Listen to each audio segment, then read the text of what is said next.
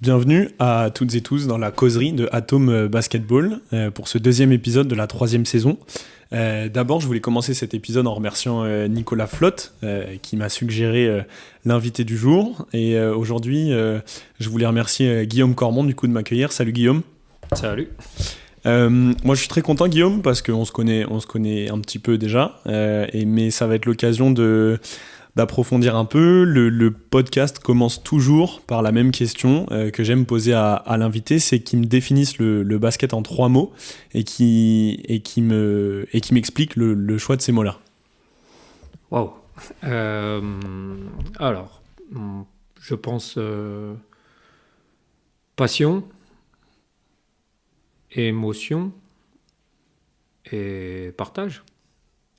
Cool. Et ensuite, bon, la continuité, c'est que j'aime bien laisser mon invité se raconter un peu au micro, me parler de son parcours et de ce qui le lie à la balle orange. Ouais. Mais je vais revenir sur les 3 mots en même temps. Écoute, passion parce que c'est ce qui m'anime depuis maintenant très longtemps. Les émotions parce que je sais pas faire autrement de toute façon et j'ai beaucoup de mal à les gérer et ça m'en provoque beaucoup le basket en général quand je le pratique, quand je le regarde et le partage parce que je trouve que c'est un bon vecteur pour partager plein de choses et aussi parce que c'est un sport qui est d'autant plus agréable quand on se partage la balle. Et est-ce que tu peux parler un peu de la genèse de cette passion, du coup ? Ouais, la genèse de cette passion, elle n'est pas difficile. Moi, j'étais interne très tôt, pas un élève très sérieux, donc qui a eu besoin vite d'être interne. Et il y avait un truc qui s'appelait le mardi c'est permis dans mon établissement scolaire. On avait le droit de regarder la télé le mardi soir. Et il y avait un truc qui s'appelait Mardi c'est permis dans lequel on regardait À toi de jouer petit. On a vu le film À toi de jouer petit avec Pete Maravich. Et c'est ce qui a fait que ça a calé complètement avec 92, avec les JO. Et voilà, et c'est parti. Ballon de basket, je suis allé au collège avec mon ballon, je suis allé partout avec mon ballon et j'ai jamais arrêté de... Ouais, donc vraiment, ce film a fait naître quelque chose. Et puis ensuite, j'ai arpenté les terrains parisiens pendant très très très longtemps pour essayer d'assouvir cette passion et de me confronter à plein de gens différents.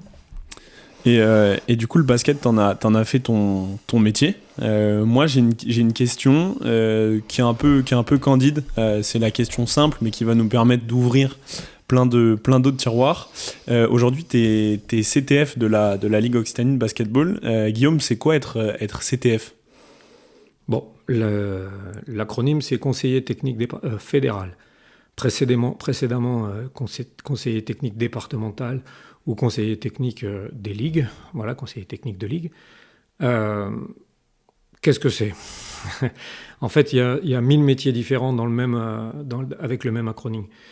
Nous, à la Ligue Occitanie de basket, on est plusieurs à faire à peu près la même chose, c'est-à-dire s'occuper des sélections régionales, s'occuper du pôle espoir, intervenir ponctuellement sur les formations de cadres, intervenir aussi sur les formations professionnelles comme le BPGEPS. Voilà, donc c'est essentiellement ça notre cœur de métier. Et je voulais qu'on revienne un peu là-dessus. La première chose, c'est les interventions que vous pouvez faire auprès des coachs. Il y en a qui sont à retrouver notamment sur YouTube. C'est une démarche qui est dans le sens de venir lisser les attendus techniques ou tactiques que vous avez, vous, à la Ligue, quand vous intervenez auprès des coachs. Et est-ce qu'il y a une volonté aussi, du coup, d'accroître les compétences sur les différents territoires ? Ouais, c'est un peu tout. C'est un petit peu de faire passer des messages, évidemment, notamment quand on parle de détection, quand on parle de contenu technique chez les jeunes. Mais c'est aussi essayer de faire monter en compétences le plus grand nombre. Et l'idée, c'est aussi quand même maintenant de plus en plus de partir des compétences des apprenants. Voilà, de pas être le plus descendant possible. C'est vraiment très désagréable pour tout le monde. Donc l'idée, c'est vraiment d'essayer de partager toutes ces compétences. Il y en a tout le temps dans l'assemblée. Il y a des entraîneurs qui sont là depuis très longtemps et qui connaissent plein de choses. Et c'est important de partager ces compétences et qu'on échange tous ensemble sur différents thèmes. C'est un moment important pour moi, en tout cas, ces interventions dans les formations de cadre. C'est aussi important parce que nous, on fait un métier où c'est quand même important d'être connu et reconnu par nos pairs et par les gens que l'on croise sur les terrains. Et c'est aussi important, je pense, de se mettre un petit peu en danger de temps en temps dans les contenus, dans notre expression face au public. Et ça me semble capital qu'on puisse faire ça aussi. Justement, quand tu parles de te mettre en danger, moi, en amont du podcast, pour le préparer, j'ai regardé l'une de tes interventions sur Regarder attraper, que tu avais fait en tout cas, qui a été partagé par le comité du Quercy-Garonne. Justement, toi, dans l'évolution de ton métier, dans l'évolution des formations, est-ce que tu sens aussi qu'il y a une vraie évolution dans la manière d'aborder l'entraînement ? J'ai en tête une phrase que tu dis pendant ce colloque avec les entraîneurs qui est c'est plus important qu'un U11 soit capable de regarder plutôt que de s'arrêter correctement dans un premier temps. Qu'est-ce que tu vois, toi, avec du recul et avec de l'expérience maintenant sur l'évolution des entraîneurs et peut-être parfois, du coup, des croyances auxquelles tu te heurtes sur ce genre de formation ? Il y a plein de choses qui changent et c'est important qu'on soit capable tous d'évoluer. Moi, je me rappelle bien avoir dit ça. Et je reste complètement convaincu que on fait un sport où on prend des informations. Ça veut donc dire que plus on est capable de mieux prendre les informations, de mieux analyser ces informations et ensuite de prendre les bonnes décisions, meilleur basketteur ou basketteuse on sera. Par contre, après, apprendre à s'arrêter, ça va beaucoup plus vite que d'apprendre à lire et apprendre à regarder. Donc ouais, je reste convaincu que c'est important et qu'il faut qu'on sorte, je pense, tous ensemble, parce que moi, je me suis construit en tant qu'entraîneur comme ça, qu'on sorte tous ensemble de ce mode solfège. Ce mode solfège où le basket s'apprend, on s'arrête, on apprend le double pas comme au challenge Benjamin, pied droit, main droite, pied droit, main gauche, pied gauche, main droite. Ouais, enfin, marquons des paniers. Peu importe si c'est très esthétique. Voilà. Évidemment qu'il y a des incontournables et la mécanique de tir, par exemple, est un incontournable. La mécanique de tir est un incontournable. Rares sont les mécaniques de tir atypiques qui sont très à droite. En revanche, le reste, la capacité à décider vite avec de l'engagement, c'est peut-être plus important que de faire des choses très esthétiques. Ok. D'autres aspects. Quelles sont les missions quand on est CTF au niveau de la détection ? Peut-être que tu peux nous en parler un petit peu. Ouais, beaucoup même si tu veux, parce que c'est vraiment c'est ce qui conditionne notre métier en fait, parce que la détection, le pôle espoir, c'est notre finalité à nous dans le prisme régional, mais il y a tout ce qui se passe en amont, et ensuite il y a tout ce qui se passe après dans la filière nationale. Nous, dans le parcours de performance, on est en plein milieu. Dans le parcours de performance fédérale, on s'appuie évidemment sur le travail des comités, des collègues des comités qui, eux, dès U11, s'occupent de faire rentrer, entre guillemets, c'est pas joli comme expression, mais c'est complètement ça, faire rentrer les enfants dans l'entonnoir.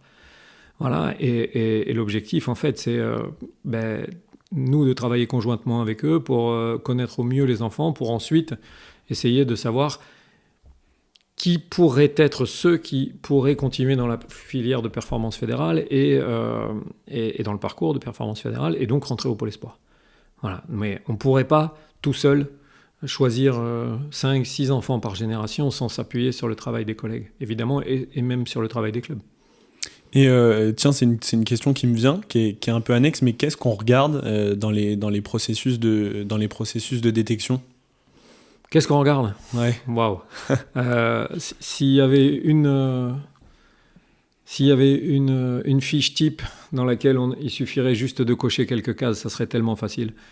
Malheureusement, il y a plein de choses et en même temps, c'est de l'humain. Donc c'est pas malheureusement, c'est merveilleux comme métier parce que c'est il y a un peu d'œil du maquignon, évidemment, il y a un peu d'expérience, il y a beaucoup d'expérience, et puis après, il y a aussi des référentiels. Voilà, on a aujourd'hui un outil merveilleux que la fédération a pondu qui s'appelle PredictTaille, voilà, qui est un outil qui nous permet d'avoir une prédiction de taille, parce que, évidemment, on fait un sport de grand.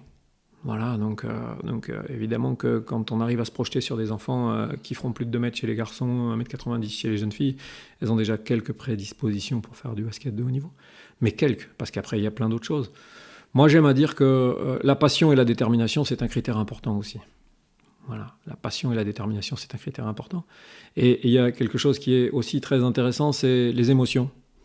Voilà, beaucoup d'entraîneurs sont embêtés par les enfants qui ont des émotions, alors que c'est aussi une compétence. C'est aussi une compétence, le potentiel émotionnel. Il faut qu'on soit capable, nous, de travailler avec, mais ça ne doit pas être rédhibitoire dans la détection. C'est quelque chose qui est aussi très intéressant, à mon avis. Ok, oui, c'est un prisme moi que j'avais déjà entendu. Un enfant, justement, qui, même s'il peut être colérique au début, c'est quelque chose qui n'est pas un frein nécessairement au début sur la détection. Ben être un compétiteur, c'est une bonne nouvelle quand même. Ouais. Et même si ça génère chez nous des émotions, c'est quand même quelque chose de plutôt très intéressant. Donc oui, un enfant qui est très stressé, un enfant qui a peur, un enfant qui pleure, ben, il faut qu'on l'accompagne, plutôt que de se dire il n'est pas prêt pour ça ou il n'est pas fait pour ça. C'est notre métier, et en tout cas, si ça génère chez lui des émotions, c'est plutôt très intéressant, et il faut qu'on l'accompagne là-dedans. Du coup, ça permet. Et j'ai envie de te poser une autre question annexe en ayant pas la crainte au final, mais d'ouvrir la boîte de Pandore. Mais est-ce qu'on est aussi évidemment vigilant à l'entourage quand on regarde aussi les détections chez les jeunes? Est-ce que c'est quelque chose qui est pris en compte pour vous? Ouais, c'est hyper important, bien sûr. Il y a plein de choses. Il y a d'abord les antécédents familiaux. Parce que dans nos critères de détection, quelqu'un qui a des parents qui ont été des athlètes de haut niveau, c'est aussi quelque chose d'important, parce que la génétique est évidemment capitale dans notre évaluation des enfants. Mais il y a aussi le fait que nous sommes partenaires des parents. Voilà, on ne peut pas travailler en opposition avec les parents, donc c'est évidemment important que l'environnement familial soit plutôt accompagnant et aidant. Voilà, et qu'on puisse travailler avec eux. Donc oui, c'est quelque chose d'important pour nous. Rares sont les moments où on ferme les portes à des enfants en disant « je ne veux pas travailler avec ses parents ». Mais par contre, il y a un vrai point de vigilance dans l'accompagnement des parents. Et est-ce que c'est, pour terminer là, sur cette réflexion, c'est quelque chose que tu vois aujourd'hui, on en a parlé un peu en amont, mais du coup de peut-être l'individualisation, la prégnance aussi des parents. Toi, au fur et à mesure de ton évolution de carrière, tu as vu quelque chose qui s'est installé d'un peu plus prégnant sur l'impact des parents et la volonté de construire aussi un projet annexe? C'est pas un projet annexe, c'est leur projet. Oui. En fait, mais bien sûr. On parle beaucoup du projet Mbappé, on n'en est pas là dans le basket, mais presque. Et en fait, aujourd'hui, on modifie un peu notre modèle. En tout cas, on a besoin d'accepter de temps en temps de modifier un peu notre modèle. Il était tellement simple notre modèle précédemment quand les familles nous sous-traitaient, entre guillemets, le projet de leurs enfants. En nous donnant leurs enfants, en disant, bon, bah, le projet basket, c'est vous qui gérez. Voilà, et ils rentrent au Pôle Espoir, ils rentrent dans un centre de formation, c'est vous qui gérez. Maintenant, les gens consomment les structures. C'est pas un joli mot, consommer, mais consomment les structures. Et notre rôle à nous aujourd'hui, c'est de s'assurer juste qu'on puisse travailler en cohérence avec les différentes personnes qui interviennent avec les enfants. Voilà, s'assurer qu'il n'y ait pas d'interférence. Ça, c'est le plus important. Et le plus important, notamment dans la gestion de la charge et la gestion de la fatigue. Parce qu'un enfant qui va payer un entraîneur, ou un papa qui va payer un entraîneur pour faire du tir le samedi matin quand le Pôle Espoir finit le vendredi soir, ok, c'est super, le gamin il va faire de la quantité, mais qui dit que cet entraîneur ne va pas déconstruire le travail qu'on aura fait toute la semaine? Mais après tout, c'est pas notre responsabilité, c'est le papa qui paye. Mais par contre, ce qui devient plus grave, à mon avis, dans la gestion des enfants et de leur charge, c'est un papa ou une maman qui va payer un entraîneur pour faire de la préparation physique un samedi matin, quand nous, on demande à ce que les enfants se reposent. Là, ça devient difficile parce que ça veut dire que nous, comme le jeune, il va jouer le dimanche et on va le récupérer le lundi, il va falloir qu'on le mette au repos. Voilà, donc nous, on doit prendre tout ça en compte. On essaye de co-construire le projet avec les familles, mais on met quelques warnings quand même. Mais oui, il faut qu'on avance avec ça, parce que malheureusement, notre monde change. Il y a aussi un nouveau modèle qui est très mercantile, avec beaucoup d'offres pour des entraîneurs, pour les gens, pour qu'ils s'entraînent à côté. On ne peut pas cracher sur des gens qui font avancer le basket, quoi qu'il en soit. Parce que, au même titre que ceux qui font des podcasts pour mettre en avant le basket, il faut valoriser toutes les actions qui font du basket, qui font avancer le basket. Mais il faut faire attention à co-construire le projet et à s'assurer que ça ne desserve pas les enfants. Je veux qu'on rentre maintenant, qu'on ouvre une boîte un peu plus précise, puisque c'est ton quotidien d'être au Pôle Espoir avec ces jeunes. La première question que j'ai dans mon petit corps de Pôle Espoir au niveau du questionnement, c'est quand vous choisissez, du coup, c'est combien? C'est 12 joueuses ou 6 par génération qui rentrent? 5, 6 garçons et filles par génération. Quand elles arrivent, comment est-ce que vous réfléchissez au développement de cette joueuse en considérant votre expérience, en considérant peut-être aussi les envies de la joueuse? Comment est-ce que ça se construit le projet de développement d'un joueur ou d'une jeune joueuse qui arrive au Pôle Espoir? Alors la grande différence entre les garçons et les jeunes filles quand ils rentrent au pôle, en tout cas dans la majeure partie d'entre eux et d'entre elles, c'est que les garçons rentrent au pôle en disant je veux aller en NBA. Les jeunes filles, toutes ne savent pas toujours ce qu'elles font là. Et l'idée, c'est de co-construire avec elles le projet et de ce à quoi elles peuvent aspirer ou elles peuvent rêver. Voilà, mais l'idée, c'est que ce soit elles qui le construisent, bien évidemment, mais qu'on les accompagne là-dedans. C'est un gros temps, au départ quand ils rentrent au pôle, et c'est un gros travail. Parce qu'il donnait du sens à s'entraîner quotidiennement, donnait du sens à se déranger physiquement, donnait du sens à déconstruire une mécanique de tir, à reconstruire une mécanique de tir, donnait du sens à se déranger en général, techniquement, tactiquement, physiquement, mentalement. Et il faut qu'il y ait un projet derrière. S'il n'y a pas de projet, il n'y a pas de sens, et c'est pas de leur faute si les enfants ne s'entraînent pas toujours très bien, s'il n'y a pas de sens à le faire. Voilà, donc c'est vraiment un gros travail, c'est d'essayer de savoir ce qu'ils font là et ce à quoi ils aspirent. Et du coup, là, on est sur le prisme humain, mais c'est intéressant parce que après, j'essaierai de t'emmener un peu sur le prisme, on va dire, technique du joueur. Mais on voit que du coup, dans ce processus, la première chose, c'est de savoir pourquoi ils sont là, pour eux-mêmes. Ouais, c'est ça, c'est complètement ça. C'est de dire, ok, quels sont mes objectifs? Voilà, mais t'en as pas, on va t'aider à en avoir. Et des objectifs pertinents ou pas, parce que quand on a 12 ans ou 13 ans, c'est pas un adulte qui doit t'interdire de rêver. Notre job à nous, c'est d'essayer de les accompagner pour transformer un rêve en objectif. Alors des fois, ils sont pas toujours pertinents à nos yeux, mais on n'a pas le droit, ou en tout cas pas à 13 ans. Par contre, on a le droit d'y faire un retour tous les jours en disant si c'est ça ton objectif, on est un peu loin en termes de mise en œuvre. Mais c'est tout. Est-ce que je prends le risque peut-être d'être clivant, mais je vais te poser cette question.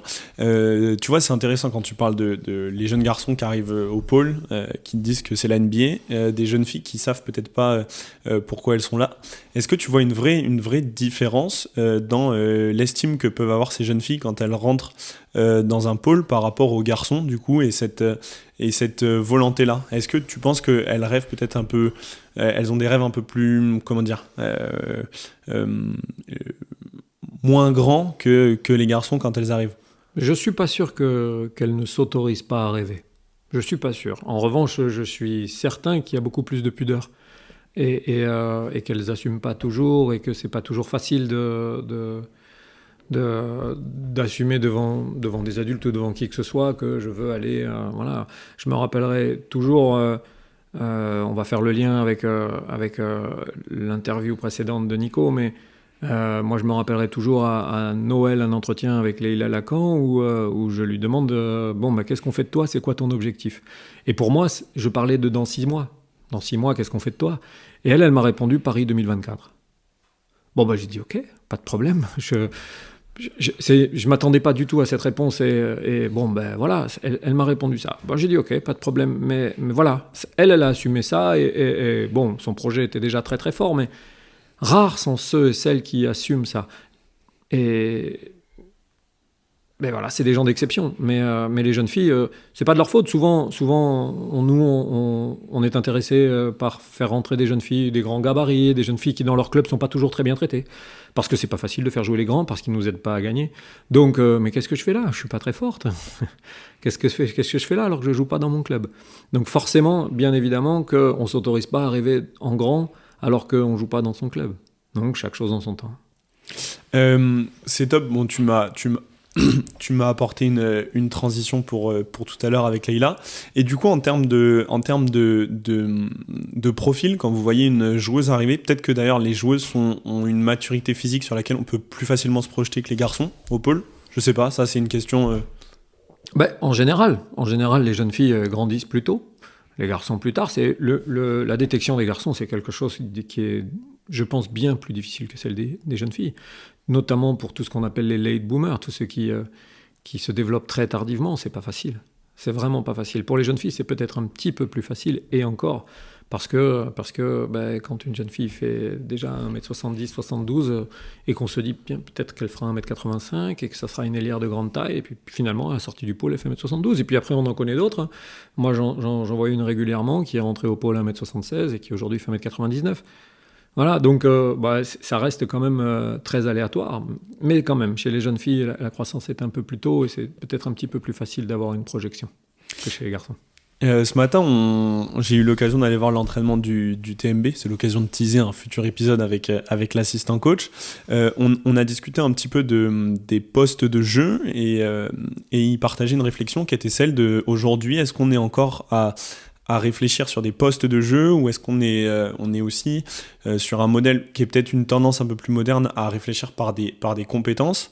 Et du coup, quand on prend une joueuse, quelles sont, pas les parts, ce serait mal m'exprimer, mais comment est-ce que vous allez cibler des compétences à développer chez cette joueuse en rapport avec votre regard et en rapport avec ses envies, là en rentrant peut-être plutôt sur des vraies compétences moins humaines mais plutôt techniques dans son jeu de basketteuse. Et d'ailleurs peut-être qu'il y a un lien, et je te laisse répondre après, mais peut-être qu'il y a un lien d'ailleurs entre les compétences techniques et qui elle est comme personne.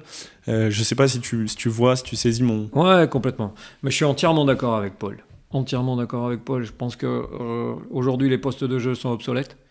Voilà. En tout cas, on peut plus dire un tel sera une poste 1 ou à la rigueur les meneuses de jeu.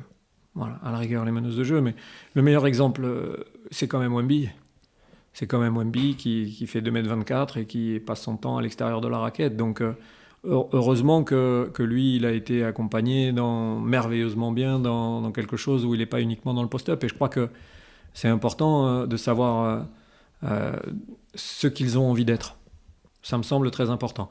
Si on doit parler un peu de compétences, moi, plutôt que de parler de poste de jeu, j'aime bien l'idée de dire, OK, si on doit mettre les gens peut-être dans des cases, eh bien, pourquoi pas avoir quelqu'un qui soit dans l'animation du jeu, qu'on appellerait un créateur.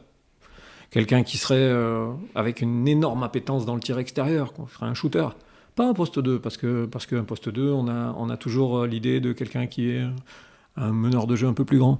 Là, c'est pas du tout ça l'idée, c'est vraiment dans la compétence. Après, on a des gens hyper athlètes, hyper agressifs, qui pourraient être des slashers, voilà, mais avec aussi des habiletés mentales associées. Quelqu'un qui développe beaucoup de détermination dans ce qu'il entreprend, ok, il peut être un slasher et aller traverser les lignes. Et puis après, il y a tous ceux qui seraient des running backs au football américain, des finisseurs, des gens qui courent, des gens qui s'engagent dans le jeu de course, qui sont experts dans le jeu sans ballon, qui sont experts aussi au rebond off. Et puis après, moi j'aime bien l'idée qui est aussi un espèce de profil engagé. Quelqu'un qu'on aimerait tous avoir dans son équipe, quoi. Voilà, un engagé, quelqu'un qui fight, quelqu'un qui va au rebond, qui défend dur, qui passe la balle, voilà, qui a aucune aspiration à mettre des points ou de temps en temps en grappillant quelques trucs. Un Léopold Cavalière, par exemple, on a rencontré aussi au Pôle Espoir et que j'ai eu la chance de coacher aussi en Mime France au TCMS. Voilà, des enfants comme ça qui sont des engagés. Lui, on le voyait tout de suite, qui se jetait par terre et que marquer des paniers, c'était pas sa première compétence et puis il avait pas très envie. Voilà, et c'est intéressant, moi je pense, de sortir du prisme des postes de jeu et d'essayer de lier un peu le caractère des gens avec leurs compétences et ce à quoi ils aspirent et ce qu'ils ont envie d'être. Ça me semble assez important et même hyper important de commencer par ça. Quel genre de joueur tu as envie d'être ou quel genre de joueuse tu as envie d'être. Et ensuite d'essayer de les accompagner dans ce développement-là. Et en termes, je ne sais pas si on peut parler de critères fédéraux, mais qu'est-ce qui est attendu du coup chez des joueurs, chez des joueuses? Qu'est-ce que vous allez tenter de développer, de travailler sur des joueuses et joueurs U14 et U15? Quels sont Est-ce que d'ailleurs en fait vous avez même dans un pôle, j'aime bien ce mot, mais des temps de passage définis. Il faut qu'ils sachent faire ça à tel moment ou c'est quelque chose qui a tendance à s'élargir un peu plus et à moins être fermé. Alors, nos temps de passage définis, ils sont dans les contenus collectifs. Ok. C'est-à-dire qu'aux grandes dames de certains coachs d'ailleurs, parce qu'on rentre peut-être un peu tardivement dans des contenus élaborés, mais aux grandes dames de certains coachs, nos contenus collectifs sont codifiés dans la saison et planifiés dans la saison. En revanche, les contenus individuels,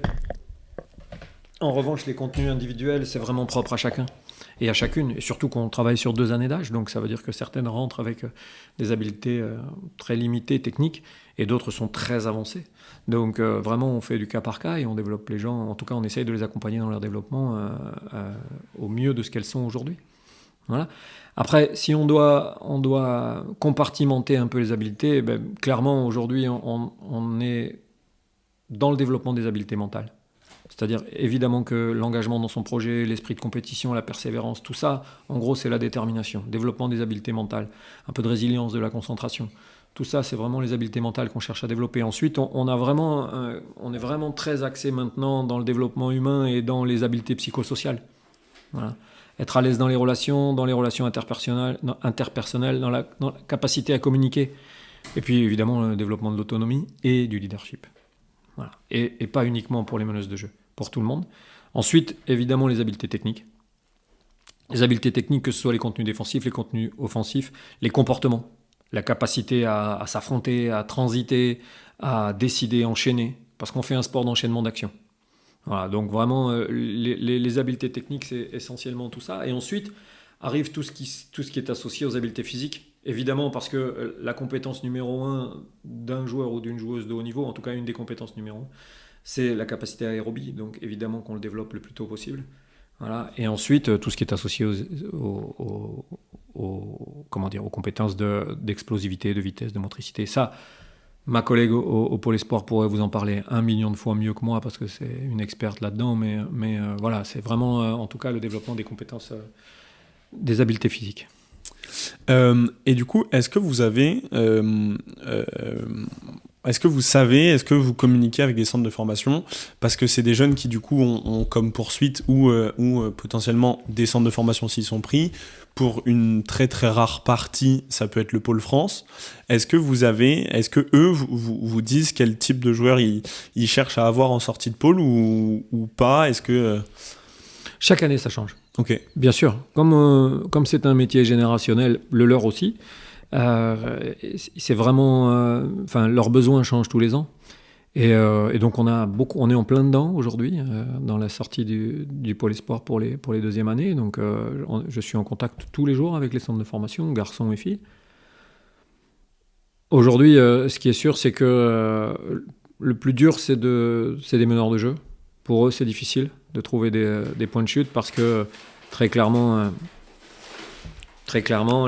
les meneurs de jeu, il y en a partout. Voilà, et les centres de formation n'attendent pas après le pôle de Toulouse pour trouver des meneurs de jeu. On a un problème à Toulouse, c'est que aujourd'hui, on n'a pas de centre de formation de club professionnel masculin.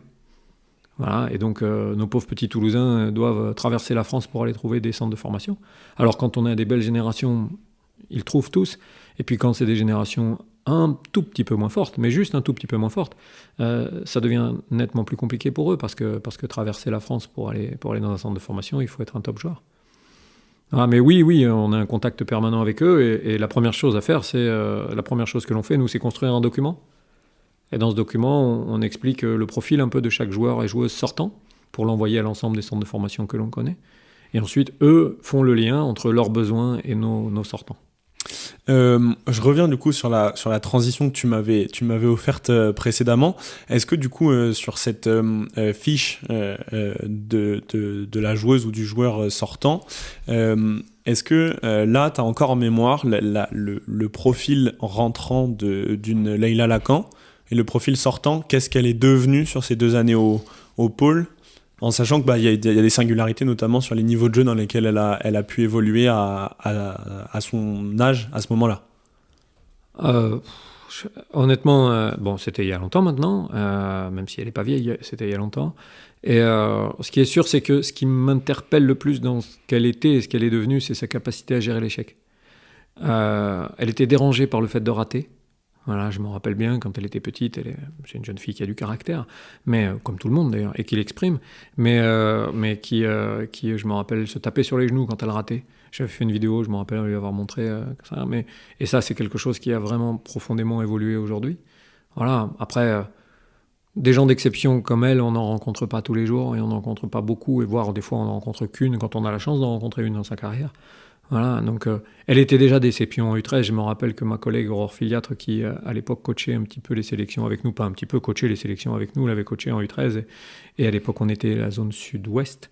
Et je me rappelle d'un match en U13 contre l'Aquitaine où elle avait mis 34 ou 36 points. Voilà, et elle était complètement inarrêtable, cette jeune fille. Et puis elle avait beaucoup de chance parce qu'elle évoluait déjà dans un environnement propice à son développement dans l'Aveyron, à Rodez. Elle était coachée. Elle était déjà avec un an d'avance en U15. Elle avait un coach qui mettait de l'exigence. Je m'en rappelle, il y avait Nicolas et puis il y avait aussi Jean-Jacques Espinas qui l'accompagnait.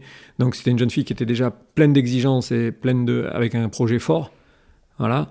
Mais qui avait quand même quelques petits soucis de gestion de l'échec. Ça, je m'en rappelle clairement. Voilà. Mais bon, ça reste quand même quelqu'un d'exception et qui l'est devenu encore plus aujourd'hui.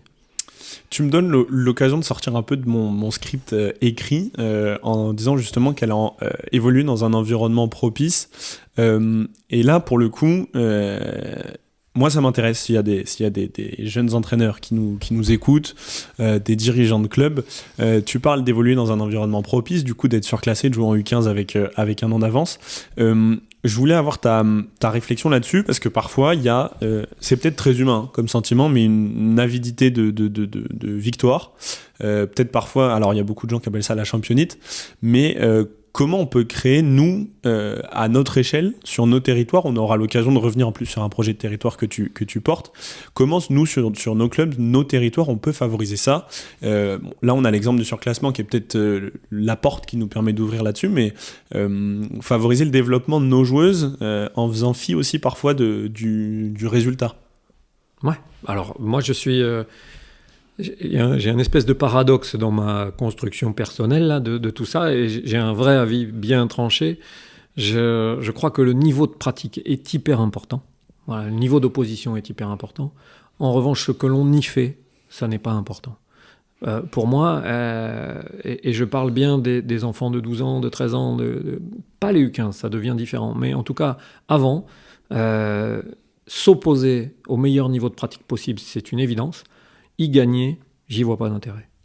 Voilà. Moi, j'ai aucune idée de qui était champion régional l'année dernière, je m'en rappelle plus. En fille comme en garçon, j'y étais, mais je m'en rappelle plus.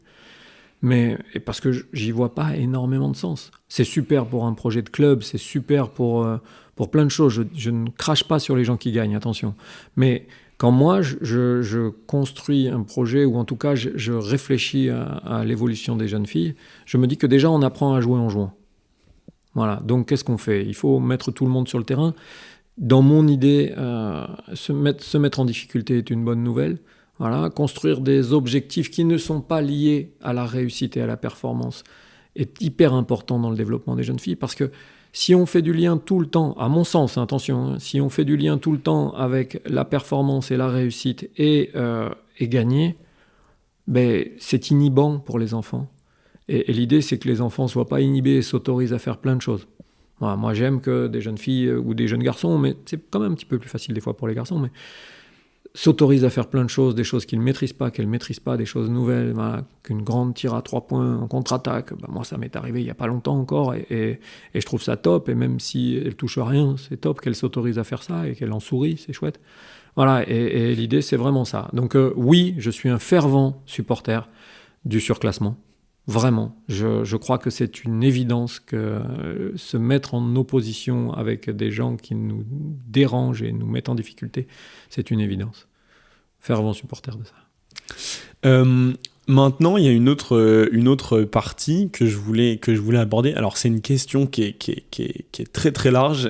C'était comment toi tu abordes le basket, mais il y a deux aspects. Le premier aspect, c'était l'aspect humain. Je vais m'expliquer, je vais essayer d'illustrer un peu, mais j'ai eu l'occasion du coup d'être avec toi sur un camp de la Ligue en Andorre. La première chose que j'avais vue, moi je me souviens, on n'avait pas encore prévu notre après-midi, et tu nous dis, je gère. je gère. On sera là pour encadrer, mais je gère. Et tu fais un jeu, il me semble que ça s'appelle le Win or Go Home, qui pour moi reflète bien l'approche humaine que tu vas apporter. C'était un jeu pour moi qui développait totalement l'autonomie. Si tu veux en parler après, ce sera avec plaisir. Et ensuite, dans les discussions qu'on a pu avoir sur la semaine, tu m'as aussi dit, il me semble, que tu es un fervent supporter de la co-construction, que les joueuses puissent s'échauffer d'elles-mêmes, qu'elles puissent se briefer et faire des débriefs de match en autonomie. Du coup, je voulais avoir, toi, ta manière d'aborder le basket, d'abord sous ce prisme humain et ce lien fort à la responsabilisation et l'autonomie. Alors, je ne vais pas non plus faire le gars qui s'approprie tout. Moi, j'ai eu beaucoup de chance. Et l'Occitanie, la création de l'Occitanie a été une aubaine pour nous. Enfin, pour moi, en tout cas, pour nous, les techniciens pyrénéens, on était dans notre truc, là, et on s'est ouvert, et on a rencontré des nouvelles personnes, des nouveaux cadres, et l'Occitanie nous a, en tout cas, vraiment bien aidés. Et moi, en tout cas, ça m'a aidé à changer, m'a aidé à avancer, parce que c'était important, ce moment-là. Et ça a été fondateur pour moi de dire, bon, maintenant, il faut que tu te mettes en danger, il faut que tu changes un peu ton modèle. Et je le construis petit à petit. Et ce que je fais aujourd'hui tous les jours à Albi, par exemple, avec les U11 et les U13, par exemple, c'est ça, en fait. C'est un vrai laboratoire pour moi, pour essayer de devenir quelqu'un de différent. Ouais, je crois beaucoup à l'appropriation. Je crois de plus en plus à l'appropriation et on n'est pas là pour leur donner à manger aux jeunes. Et ils sont là, enfin, on est là pour pratiquer ensemble et c'est leur activité autant que la nôtre. Donc il n'y a pas de raison qu'on soit là pour leur donner à manger. Donc on co-construit, on s'approprie. Et oui, on parlait de briefer et débriefer. Oui, on l'a encore fait cette semaine, là, ce week-end avec les sélections régionales. Bien sûr, je me suis assis et les jeunes filles ont débriefé le match, chacune leur tour. Elles se sont levées, celles qui avaient envie. Voilà, et c'est elles qui construisent le projet de jeu, entre guillemets, en fonction de ce qu'on fait à l'entraînement. Elles l'écrivent, elles écrivent les plans de match. Et c'est chouette parce que elles s'approprient vraiment tout. Et moi, je crois vraiment en l'appropriation. Et c'est ça que j'essaye de mettre en place, en tout cas. Et je voulais du coup revenir là-dessus parce que j'ai, après cette discussion, moi dans ma saison en tant que coach, si je dois prendre un exemple personnel, mais c'est déjà arrivé que parfois, et je sais pas si c'est une réflexion que tu partages, mais parfois en fait on a beau être coach, on n'arrive pas à avoir l'impact qu'on aimerait sur un temps mort ou autre, et parfois en fait laisser les filles, ça m'est déjà arrivé de le faire quelques fois, prendre un temps mort et en fait ce temps mort il est à elles, il est pas à moi et j'interviens pas. C'est assez impressionnant de voir la capacité qu'elles peuvent avoir aussi dans un temps difficile à se remobiliser. Ouais, peut-être. Moi, j'avoue que j'ai du mal avec ça, notamment pendant les temps morts, parce que si on prend un temps mort, c'est qu'on a des choses à dire, voilà, et qu'on a peut-être des messages à faire passer ou les accompagner dans quelque chose de positif ou de négatif. Mais j'ai un peu de mal avec ça. Mais oui, t'as raison. Le silence dure pas longtemps. Le silence dure pas longtemps et il y a quelqu'un qui s'approprie, qui prend la parole et qui trouve des choses à dire, c'est sûr. Mais oui, bien sûr. Je pense que tu as raison. Si on leur laisse de la place, elles la prennent. Et par contre, ce qui est sûr, c'est que notre rôle aussi, c'est de les acculturer à la prise de parole. C'est sûr que si on leur donne jamais la parole, si on les laisse jamais parler, les jeunes, que ce soit les garçons ou les filles, peu importe, si on les laisse jamais parler, forcément, le jour où on leur laisse un temps de parole, ils ne s'expriment pas. Si par contre c'est quelque chose de régulier, bien évidemment que sans aucun problème, ils ont plein de choses hyper intéressantes à dire. Et est-ce que tu peux peut-être rapidement, hein, mais comme je disais là, le jeu, le Win or Go Home, pour s'il y a des coachs là qui nous écoutent et qui vont faire des camps de basket cet été, est-ce que tu peux reparler de ce jeu rapidement ou pas, s'il te plaît?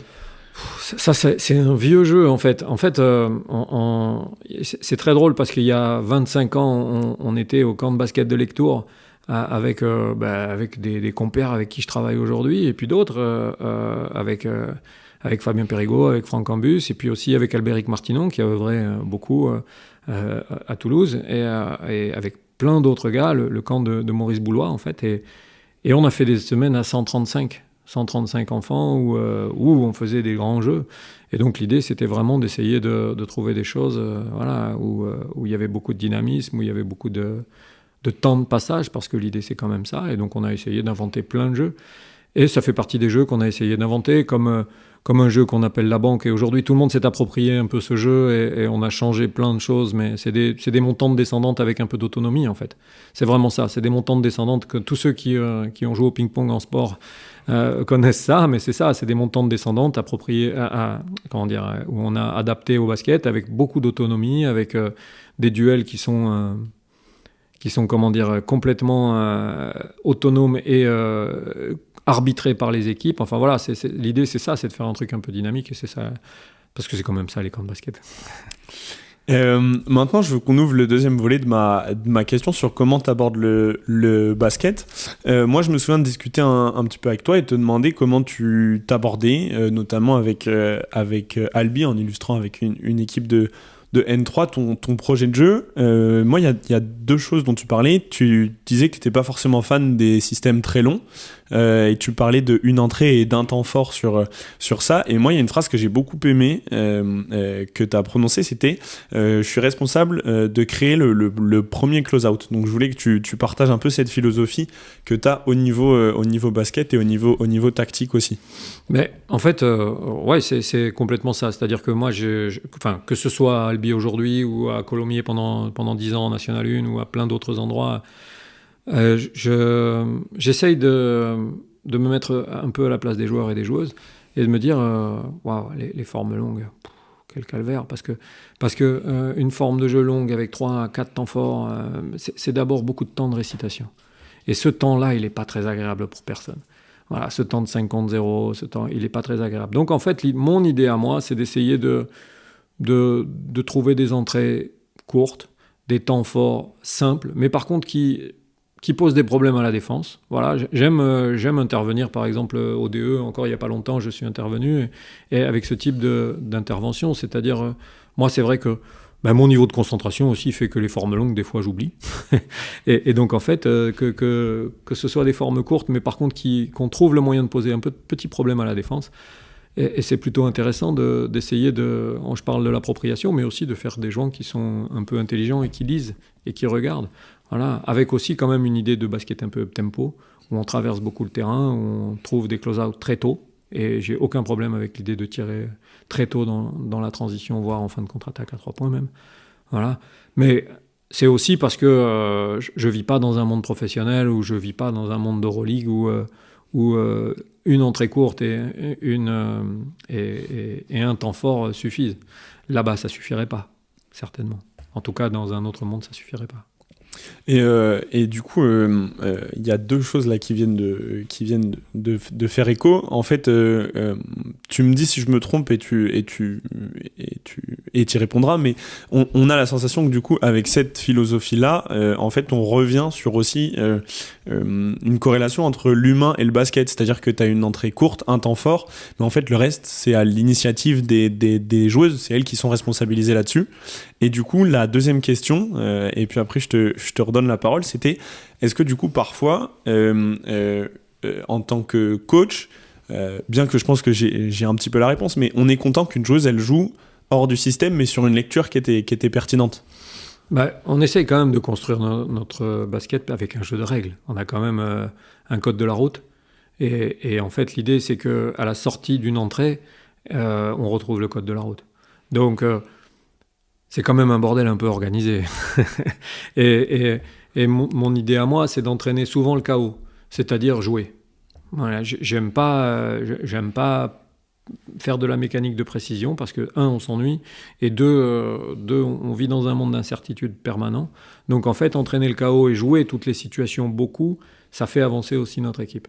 Et oui, ça me plaît, bien évidemment que ça me plaît qu'une joueuse s'approprie, exploite, avec certaines limites évidemment, parce que quand même, l'idée c'est quand même que quand on annonce quelque chose, on sait pourquoi on le fait et pour qui on le fait surtout.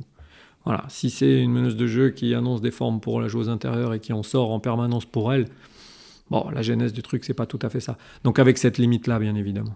Voilà. Mais oui, bien sûr, c'est plutôt intéressant même. On va ouvrir la dernière la dernière grosse partie du corps de podcast. Je suis content parce que l'épisode d'avant, on était avec Nicolas Flotte, qui a fait rayonner un territoire qu'est l'Aveyron par l'EAB notamment. Aujourd'hui, toi, tu es impliqué dans un projet qui est pour le Tarn. Donc, je voulais qu'on parle un peu. Donc, comment le projet d'Albi, en fait, a-t-il été réfléchi, a-t-il été construit? Et ça, du coup, je te laisse la parole là-dessus.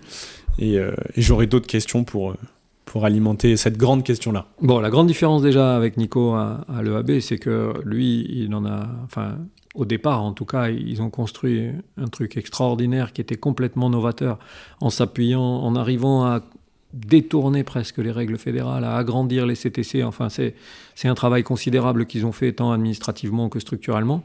Voilà. Et puis surtout, ils ont construit des emplois. Moi, c'est complètement une activité bénévole. Lui, c'est vraiment, ils ont été capables de construire des emplois. Donc, c'est considérable le travail qu'ils ont fait. Par contre, la genèse de la réflexion, elle est identique. C'est-à-dire qu'on n'est pas dans des territoires sinistrés, mais on est quand même dans des territoires qui sont en difficulté, et c'est important que les gens travaillent ensemble, ou qu'en tout cas, il y ait des projets. Moi, mon idée, c'était... Je suis arrivé à Carmaux après mon aventure columérine en National 2. Je suis sollicité par le club de Carmaux qui était en National 2, qui était en difficulté, qui était même en difficulté pour refaire une équipe. On fait une équipe, on arrive à se maintenir 2 ans de suite. Mais le club de Carmaux était en difficulté financière, c'était difficile pour eux d'assumer la Nationale 2. C'était très difficile de faire venir jouer des Toulousains à Carmaux. Bien évidemment, c'était difficile, c'était plus d'1 heure de route.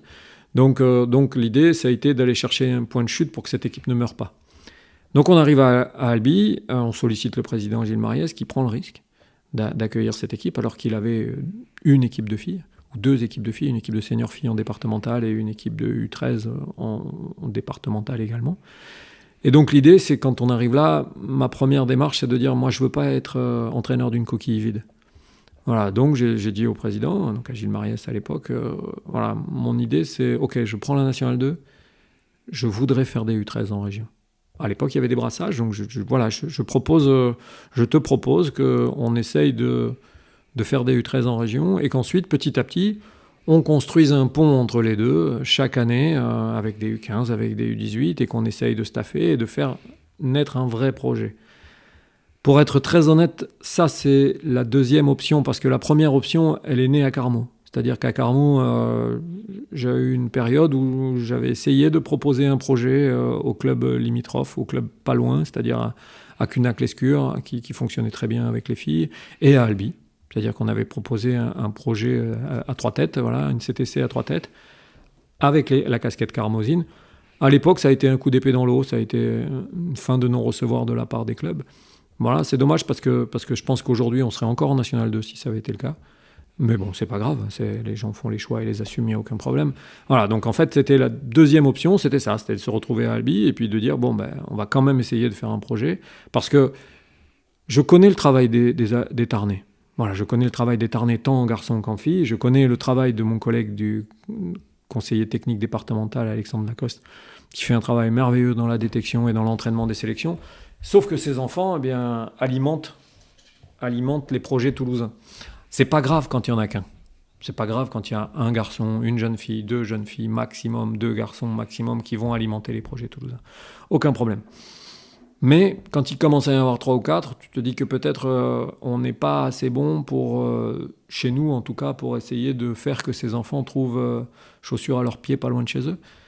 Et donc je me suis dit, bon, ok, allez, fonçons. Donc j'ai fait cette équipe de U13, qui aujourd'hui est en 2e année U15, certaines jouent en U15 élite. Voilà, et puis tous les ans, voilà, l'idée c'était d'essayer de staffer, de récupérer du staff, parce que l'idée c'était aussi de proposer des équipes intéressantes pour que les cadres tarnais ne s'en aillent pas non plus.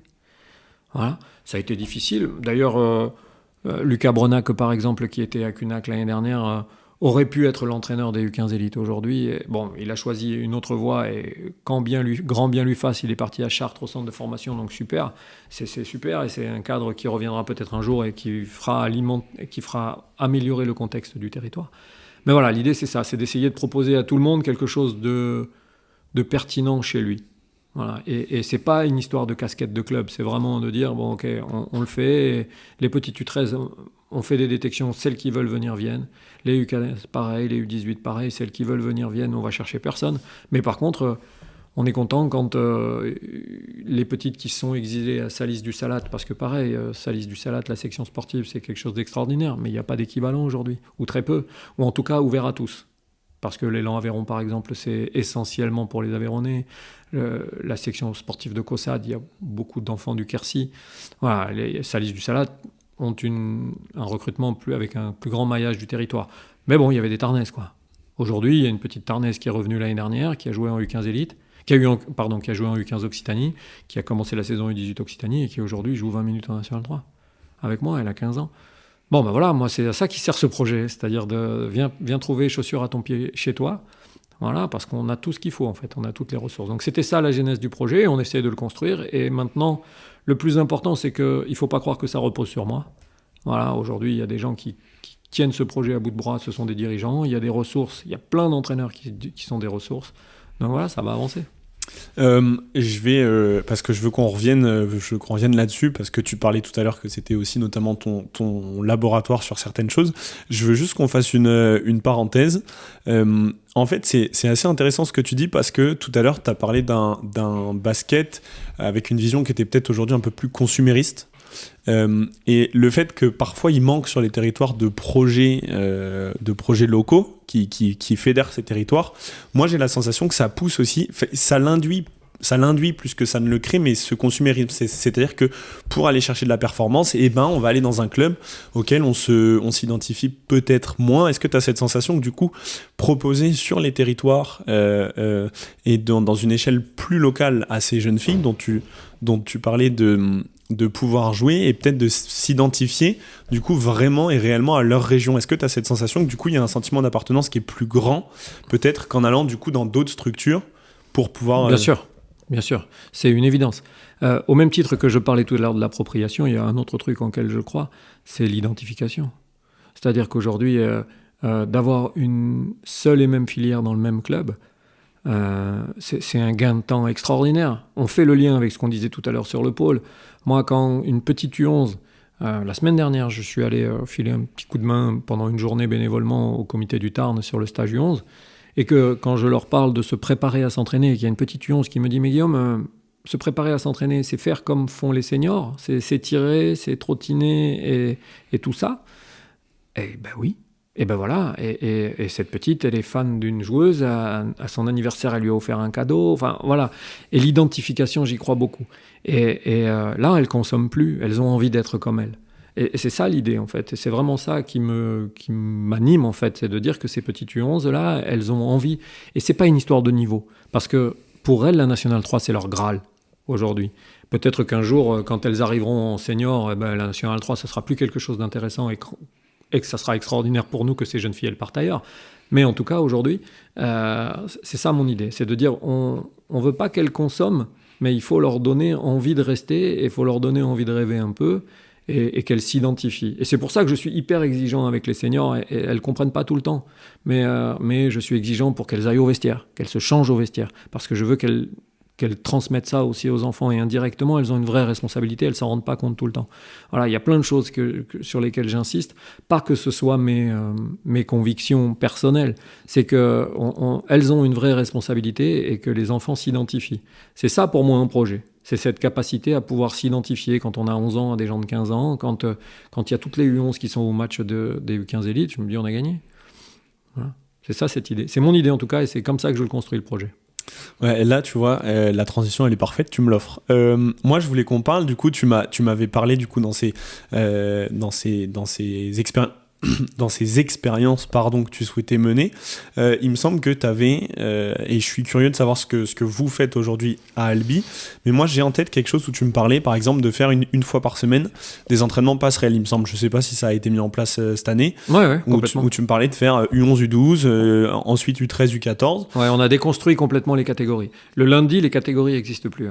Ouais, parce que c'est aussi important qu'on ait des contenus communs, qu'on ait des contenus qui soient similaires à toutes les catégories, et aussi que les entraîneurs connaissent tout le monde, que les enfants connaissent tout le monde. Voilà, encore une fois, je parle de l'identification, mais si on s'entraîne jamais à proximité ou jamais avec, on ne peut pas s'identifier. Donc, ouais, on a déconstruit complètement les catégories. C'est-à-dire que le lundi, on a les U13 avec les U14, les U15 avec les U16 et les U17, U18 avec les seniors. Voilà, on déconstruit complètement les catégories et ça fonctionne plutôt très bien. Ça fonctionne plutôt très bien avec des entraîneurs qui sont différents, avec un fil rouge quand même qui est Thibaut Sixic, qui a comme rôle d'être le fil rouge de la filière féminine et de connaître absolument toutes les jeunes filles.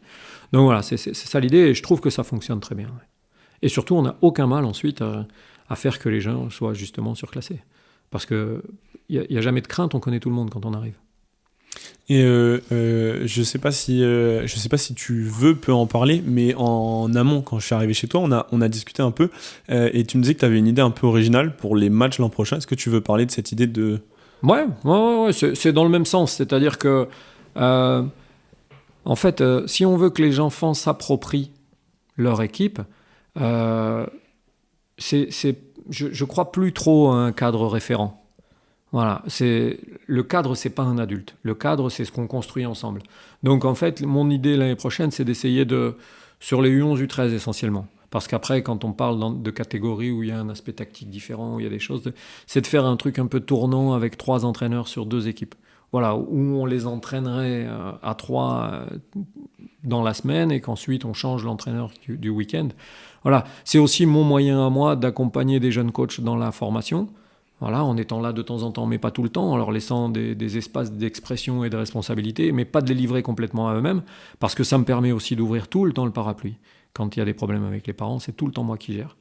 Voilà, et c'est souvent, dans toutes les équipes, j'essaye de faire ça en général, de les accompagner là-dedans, c'est-à-dire de les débarrasser complètement de ça. Ils apprendront à le gérer plus tard, mais quand on a 20 ans, on a les dents qui raclent par terre pour faire du basket, mais ça peut être décourageant, les parents.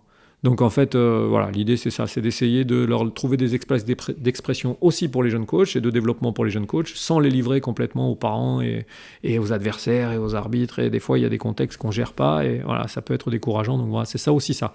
Mais c'est aussi pour que les jeunes filles, et ce sera essentiellement sur les jeunes filles, s'approprient complètement leur équipe et que ce soit leur équipe et leur cadre qu'elles poseront elles. Merci Guillaume pour la réponse aux questions. Il m'en reste encore, hein, mais là on vient de clôturer le corps du podcast.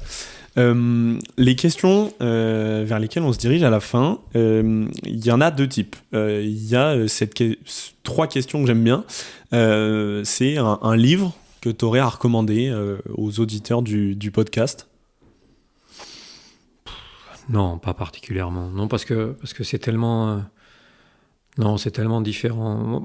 Moi, je lis pas de basket. Je lis pas de livres sur le basket. Je lis pas... J'ai des choses très différentes. Voilà. Donc, non, pas particulièrement. Est-ce que tu aurais un film ou un documentaire à recommander ? Ah oui, j'encourage tout le monde à regarder ou à re-regarder À toi de jouer petit, que j'aime ce film. Il est extraordinaire et il me donne encore envie de jouer au basket sous la pluie, même à 46 ans, quoi.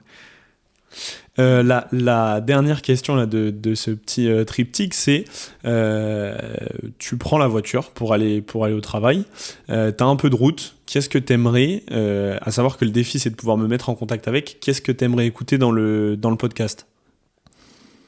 Est-ce que c'est que les basketteurs ? Ah non, c'est pas forcément des joueurs. D'accord. Non, mais des gens qui vivent, qui gravitent autour du monde du basket ? Idéalement. Après, si t'as une idée, on peut étudier aussi. Il y en a plein des gens super intéressants. Et je trouverais intéressant, moi, qu'on donne la parole à des gens à qui on ne donne pas tout le temps la parole. C'est-à-dire, nous, on a les statuts des gens de la Ligue, et puis après, il y a les gens du haut niveau, et puis... mais il y a d'autres personnes qui sont hyper intéressantes, vraiment. Et moi, je ne vais pas citer de nom, mais dans les clubs, il y en a plein. Et qui ont des histoires à raconter et qui ont construit des projets dans l'ombre. Et plein de gens qui sont très investis dans le basket et à qui on ne donne pas tout le temps la parole. Alors oui, certes, ils vont peut-être pas vous parler que du haut niveau, ou pas du tout, mais par contre, ils ont plein de choses à raconter, des histoires de vie, des histoires de construction, voilà, et des gens de l'ombre, il y en a plein. Et ça me plairait beaucoup d'entendre des gens qu'on n'entend pas d'habitude. Ok, bon, ça, c'est bien, c'est challengeant du coup pour nous. Ouais. Les 2 dernières questions, avant de te laisser le mot de la fin. La première question, c'est à quoi est-ce que tu aimerais mettre un contre ? À quoi j'aimerais mettre un contre? Ouais. À une idée reçue, tu veux dire? Ouais, une idée reçue, quelque chose que tu vois dans le milieu du basket et que t'aimerais que ça cesse ou alors qui est pas qui est impertinent pour l'avancée du basket. Ah ouais, alors moi j'ai une idée reçue. Alors ça va faire rire beaucoup toutes les anciennes du pôle. Toutes celles qui sont passées au pôle il y a 15 ans, quand j'étais plus jeune et que je gérais beaucoup moins mes émotions. Mais je crois qu'on peut entraîner sans crier sur les enfants.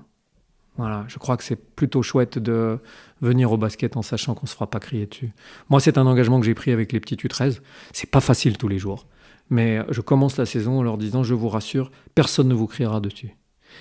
Et c'est pas facile tous les jours parce que des fois on a envie de s'agacer, mais bon, voilà, on respire un grand coup et puis on passe à autre chose.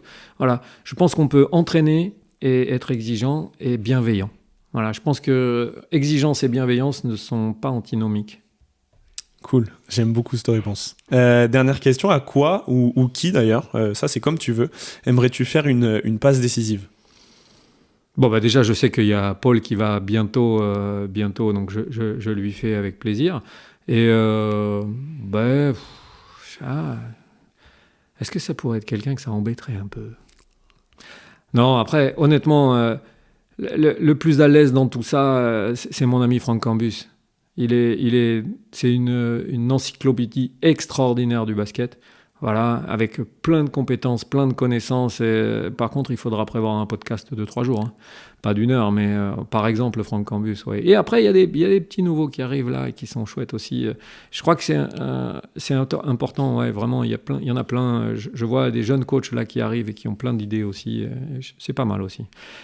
Et pourquoi pas, tiens, je viens de voir quelque chose, ça n'a rien à voir, mais je viens de voir quelque chose là, Vincent Dumestre, qui vient d'être nommé coach de la JD à Dijon l'année prochaine, qui est un garçon qui est de Tarbes, okay. Et avec qui on a travaillé quand il avait les U15 à Tarbes, et qui était un garçon qui était pas du tout conventionnel, qui n'avait pas du tout envie de rentrer dans une case et qui avait son projet, qui était à fond dans son projet et qui a merveilleusement bien réussi ce projet.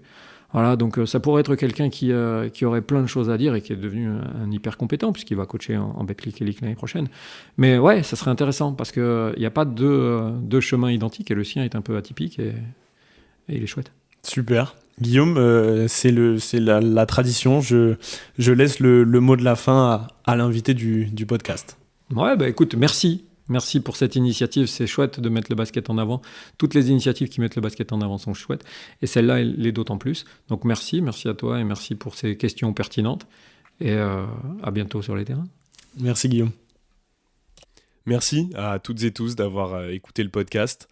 Si l'épisode vous a plu et que vous avez passé un bon moment, je vous invite à laisser un j'aime, à lui attribuer une note et n'hésitez pas à me faire vos retours aussi par commentaire ou message privé. De plus, je vous invite aussi à en parler autour de vous, partager l'épisode. Et si vous voulez suivre l'aventure Atome Basketball, je vous invite aussi à rejoindre le compte Instagram @atome_basketball. Pour se tenir au courant de toutes les dernières actualités. Sur ce, je vous souhaite une bonne journée et on se dit à la prochaine pour un nouvel épisode. Salut!